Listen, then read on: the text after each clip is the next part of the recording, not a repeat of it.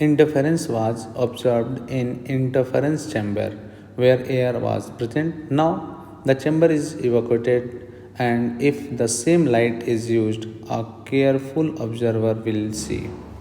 मेरे प्यारे बच्चों, हम लोग जानते हैं कि अगर इंटरफेरेंस चैम्बर में इंटरफेरेंस फिनोमेना कराया जाए तो क्या होगा, और अगर जिसमें एयर और ऐसे में जहाँ पे हम जो है मीडियम चेंज कर दें तो क्या फ़र्क पड़ेगा, इस पर थोड़ी चर्चा करते हैं।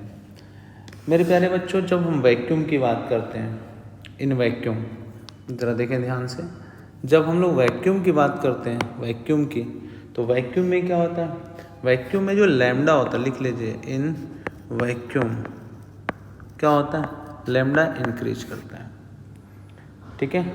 और ये कैसे इंक्रीज करता है, वेरी स्लाइटली, ठीक है ना।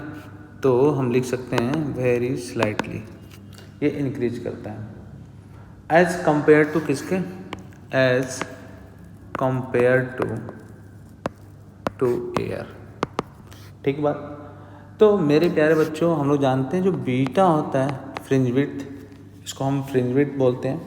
और फ्रिंज विड्थ क्या होता है, distance between two successive bright और dark fringes is known as the fringe width, जिसको हम लोग बीटा से दिखाते हैं। और बीटा की जो वैल्यू होती है वो होती है lambda capital D by small D, ठीक है ना।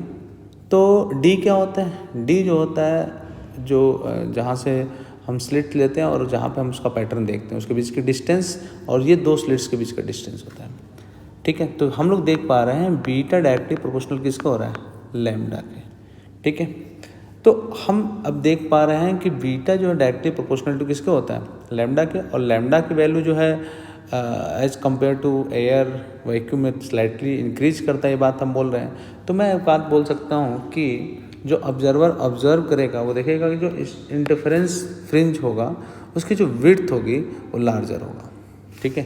यानी ऑप्शन डी जो है इसमें वो क्या है, हमारा करेक्ट है, option D is the correct option.